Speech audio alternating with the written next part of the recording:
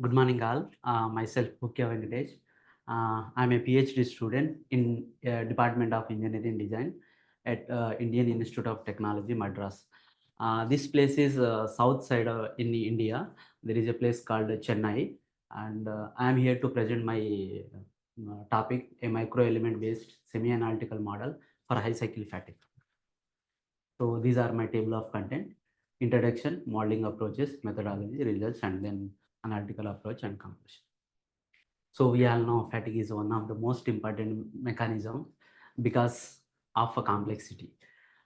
So broadly, we divide low cycle fatigue and high cycle fatigue. In low cycle fatigue, when a load applied, plastic strain accumulates, whereas in high cycle fatigue, load amplitude which we are applying is far below the yield point.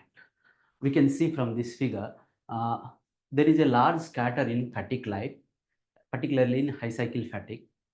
Though we use ideal specimens, but still we get a large scatter, and that is also the factor of more than factor of 2. So the question comes, what is the origin of this scatter? Because we have used the ideal samples and still we get the fatigue scatter. And also in high cycle fatigue, we used to say that below the yield point, there is no permanent deformation. If you load and unload, it should recover the full deformation, but still what is mean of damage during the damage accumulation during high cycle fatigue?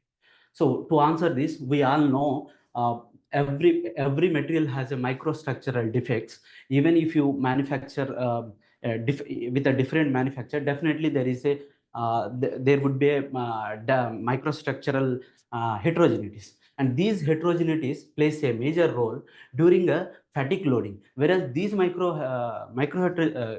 these heterogeneities may not play a major role in uniaxial loading when we just load in a single cycle. So these micro scale heterogeneities oriented in a different position from the sample to sample, the area to the area. So this will create a large scatter in fatigue life. So our approach is to model a theory which can predict the scatter in fatigue life with a simple uniaxial tensile stress strain curve. So we have well-established methods: stress strain life method, damage mechanics based, fracture mechanics, probability based model. Also we use all these are well established, and we can predict strongly with the which can give the strong correlation with the experimental data. However, there is no such kind of microstructural model which can give you the scatter in fatigue life based on solely the stress strain data. So we propose a micro element plastic strain accumulation model, MPSA model. In this model, what we assume is we take a sample, a material, and material is consists of a large number of parallel micro element, and these all micro elements will have a different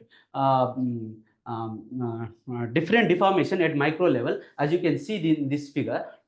So these are the behavior of each individual micro elements. So and all these these all elements we define with the 3 parameters, that is a yield force and failure deformation as well as the stiffness.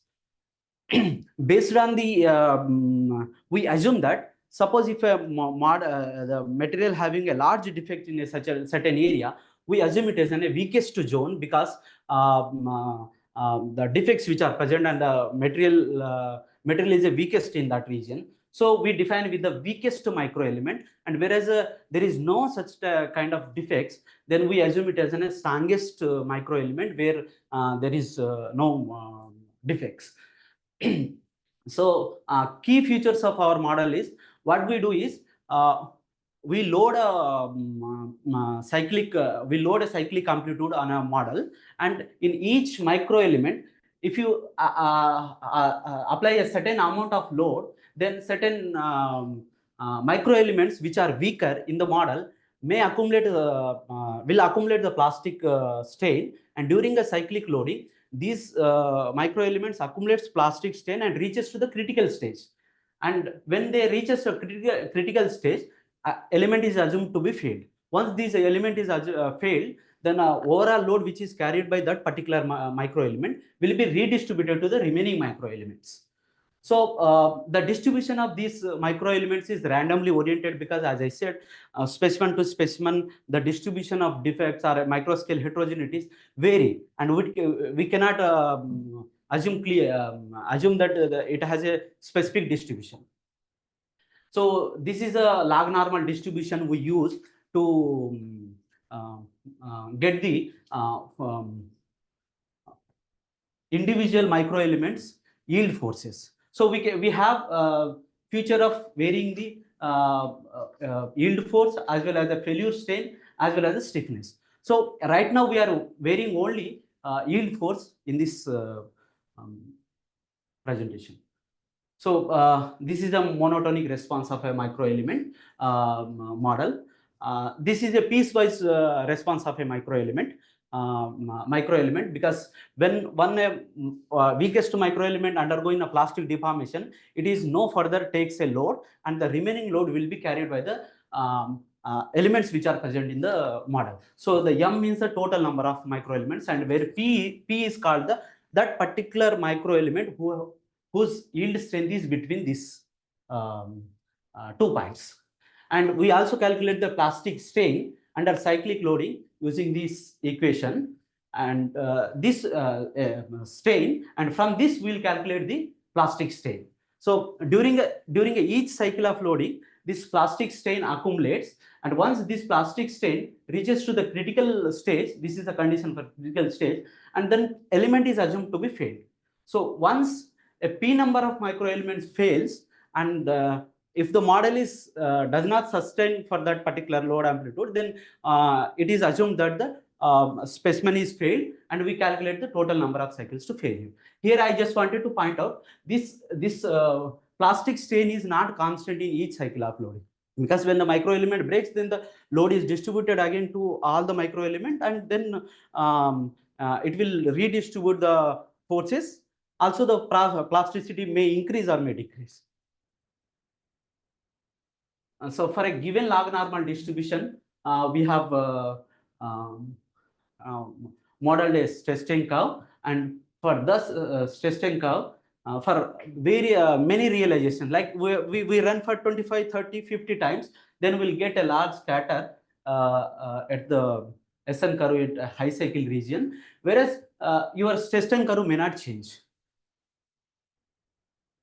And to study, like suppose we take a one element, one specimen, if we heat rate at heat rate, then various temperature and strain rates, so we will be having this the strength variation and property variation. We look at the strength and property variation of the material, so that for to consider that, we have chosen 5 different distributions, and for these 5 different distributions, what we did is we generated a stress strain plot, and for those stress strain plot, we computed the stress versus number of cycles to failure.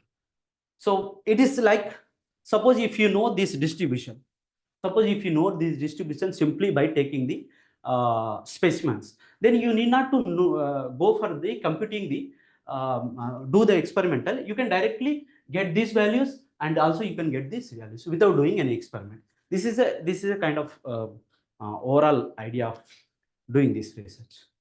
And so this is a numerical model. So we were trying to develop an analytical model. For that, we have taken a simple uniform distribution, because between the elemental difference is a constant. So we try to form an equation for stress strain curve as well as the fatigue limit ratio of endurance strength by ultimate strength.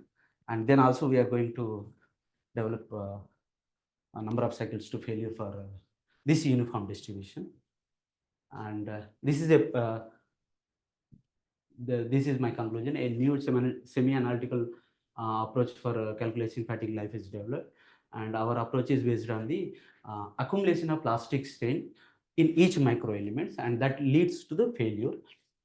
and we do many realizations so that we will get the scatter in fatigue life, whereas there is no change in the number of cycles stress strain curve. And the role of microstructural heterogeneities also we try to study, because samples when we heat treat are at different temperature and do so. For that we need to again test the sample and to get the results. For that, better to directly get this distribution, and from this you can directly calculate this number of cycles. So this is my work. Thank you.